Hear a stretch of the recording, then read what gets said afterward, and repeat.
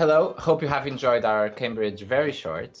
We now have the chance to hear from our researcher, Annie Howitt, and from our creative, Alina Loth, that collaborated on this project. Hi both. Alina, I'll start with you. Can you tell me a bit, what did you need to know from Annie to start this project? What were your tools to interpret her work?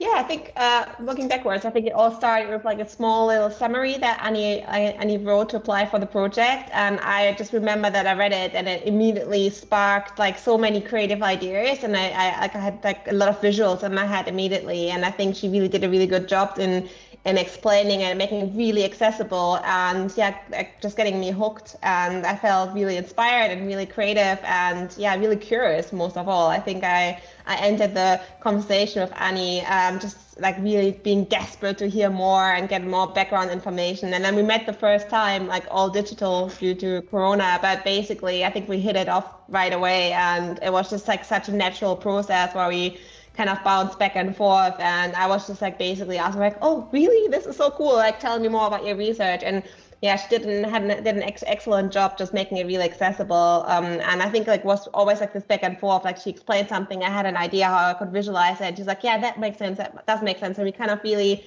throughout the process, we really honed in and kind of developed the visuals that we had at the end. So it was very much a collaboration project. And I think neither could have done it without the constant collaboration. And I think it was really kind of interesting also like how much further information beyond the actual research we kind of like honed in on. So we really kind of explored like what the target groups would be, like for what it could be useful for her or for me, and we kind of really all this side conversation kind of fed into the final visualization. Brilliant, thank you. So great to hear about all of that collaboration dialectics going on.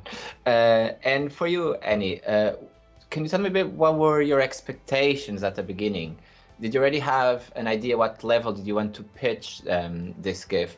And did that change after?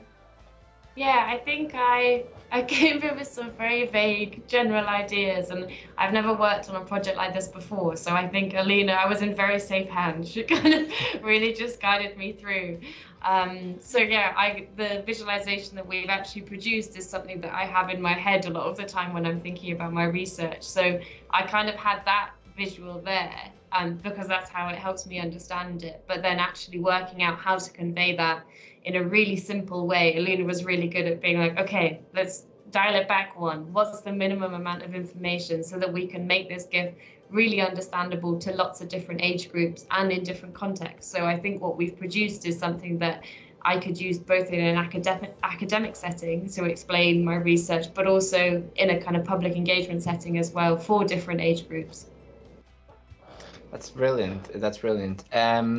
So now I feel like we all need to go back and watch the GIF again. And if you have any questions, then use our hashtag, and you will be being able to ask questions of our researchers during the festival. Thank you so much, you two. Brilliant. It was a pleasure working with you. Thank you. Thank you. Bye. Bye.